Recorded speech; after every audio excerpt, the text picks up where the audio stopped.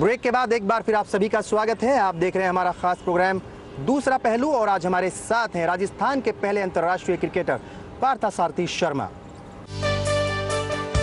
जम्मू कश्मीर, केरल और हरियाणा राज्य की टीम को ये प्रशिक्षण दे चुके हैं।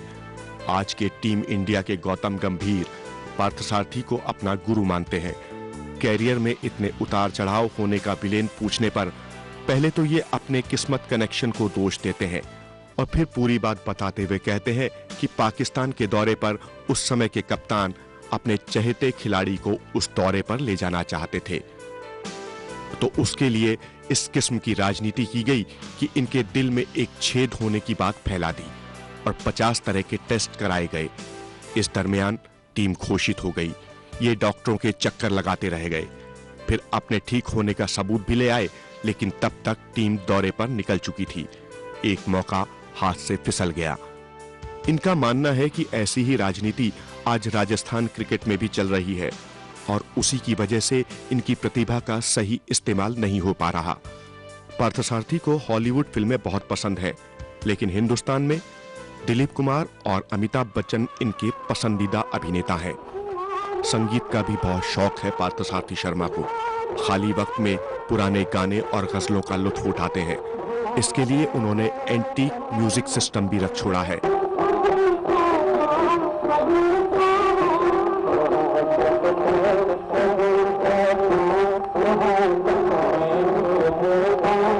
जगजीत सिंह, नुसरत फतेह अली खान की गाई गजलें इन्हें बेहद पसंद है।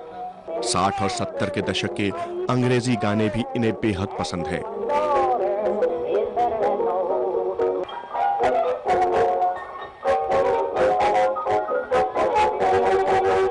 पार्थसारथी साहब से कुछ वो बातें करेंगे जो उनके करियर से जुड़ी हुई है और जो बहुत निजी भी हैं। जी, सबसे पहले मैं जानना चाहूंगा कि आप सिर्फ क्रिकेट ही नहीं खेलते थे, उसके अलावा बहुत सारे खेल खेलते थे, तो फिर कैसे जो है क्रिकेट ही आपने चुना? मैं महज आई थिंक 5 साल का हूँगा तो द ग्रेट वीनू मानकड़ जो थे वो कानपुर में मेरे फादर पोस्टेड थे, तो वीनू मानकड़ हमारे मेरे मामा जी के बहुत अच्छे दोस्त थे।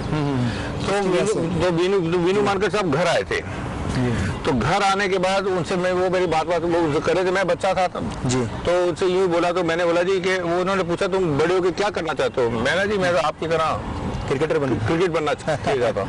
तो वो बहुत हंसे और उन्होंने मेरी जिंदगी का पहला बैट उन्होंने दिया, वीनू मानकड़ साहब ने दिया मेरे को। माउंट आबू में अपना स्पोर्ट्स काउंसिल का कैंप लगता है, वहाँ गया तो वहाँ से मैंने खेलना चालू किया।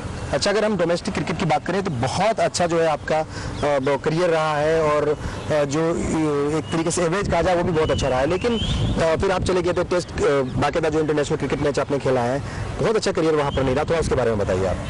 देखिए, अब वो इतनी 5 टेस्ट मैच खेले हैं आपने, देखिए वो इतनी पुरानी हिस्ट्री हो गई है कि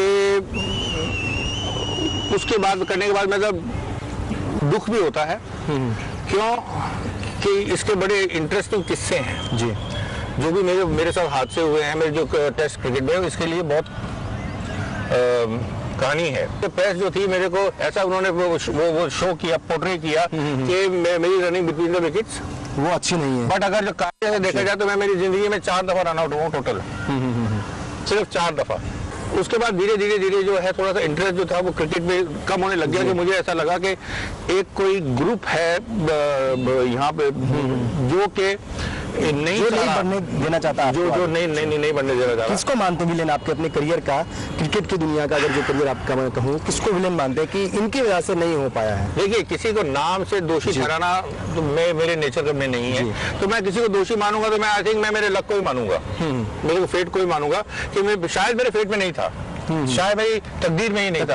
तो ये जो सर्कमस्टांसेस हैं ये पैदा किए हुए जो हुए हैं, ये बिकॉज मेरी तकदीर में नहीं था, तो कोई आदमी सामने आया जो कोई मीडियम बन गया, जो एक जरिया बना, उस वजह से ये तो मेरी किसी से अब गिला शिकवा नहीं है। उस टाइम तो मैं बहुत गुस्से में रहता था। अच्छा। मगर अब मेरे क्योंकि घर वालों का क्या रिएक्शन रहता था उस दौरान? घर वालों का क्या सपोर्ट मिलता था? जो आपके दोस्त होते थे, घर वालों का तो मेरे को जिंदगी में टोटल सपोर्ट मिला है। पहले टेस्ट मैच की बात करें, वेस्ट इंडीज के खिलाफ आप खेल रहे थे और पहली इनिंग में 54 आपने जो है रन बनाए थे, लेकिन सेकंड इनिंग में जो है 49 पे आप आउट हो गए थे, रन आउट हो गए थे आप, जिसके ब्लेम भी कई बार आपको किया जाता है कि आप जो है बहुत ज्यादा रन आउट होते हैं, वो दुख जो है वो कहीं ना कहीं वो रहता होगा यार, सेकंड इनिंग है और 49 एक रन से जो है हाफ सेंचुरी रह गई। कायदे से फारूक इंजीनियर आउट थे, लेकिन आपको आउट किया मगर नहीं, क्योंकि मैं खुद ही चला गया, क्योंकि जब मैंने स्कोर बोर्ड देखा तो उस टाइम मैं 49 पे था, फारूक इंजीनियर 81 या 82 पे बैटिंग कर रहे थे।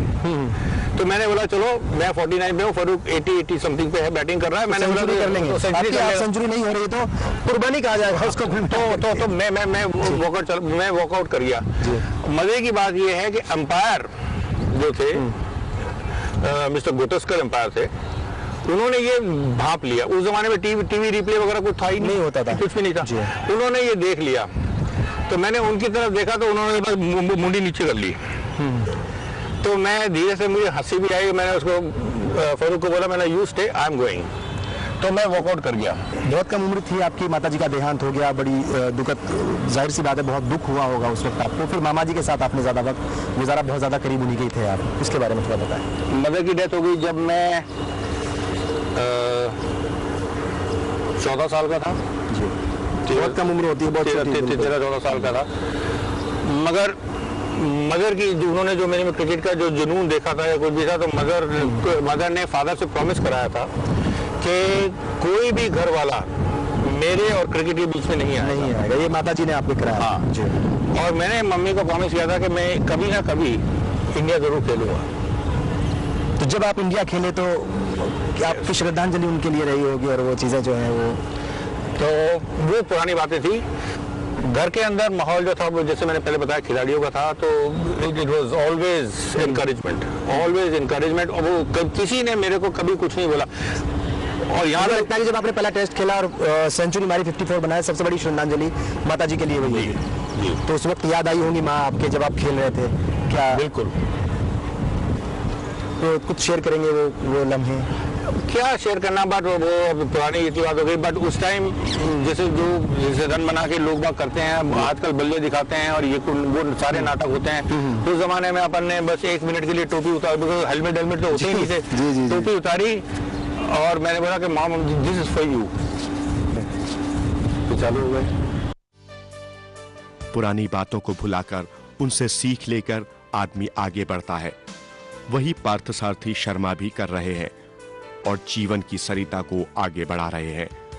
अपने क्रिकेट और संगीत के शौक को पूरा कर रहे हैं। यह था राजस्थान के पहले अंतर्राष्ट्रीय क्रिकेटर पार्थसारथी शर्मा की जिंदगी का दूसरा पहलू। अब हम आपसे यहां विदा लेंगे। कार्यक्रम आपको कैसा लगा हमें जरूर लिखिएगा, हमारा पता है दूसरा पहलू, ETV राजस्थान, 5/96A, भवानी सिंह लेन, भवानी सिंह रोड, सी स्कीम, जयपुर। आज के एपिसोड में बस इतना ही। अगले हफ्ते एक नई शख्सियत की जिंदगी का दूसरा पहलू लेकर फिर हाजिर होंगे। तब तक के लिए पूरी टीम को इजाजत दीजिए। नमस्कार।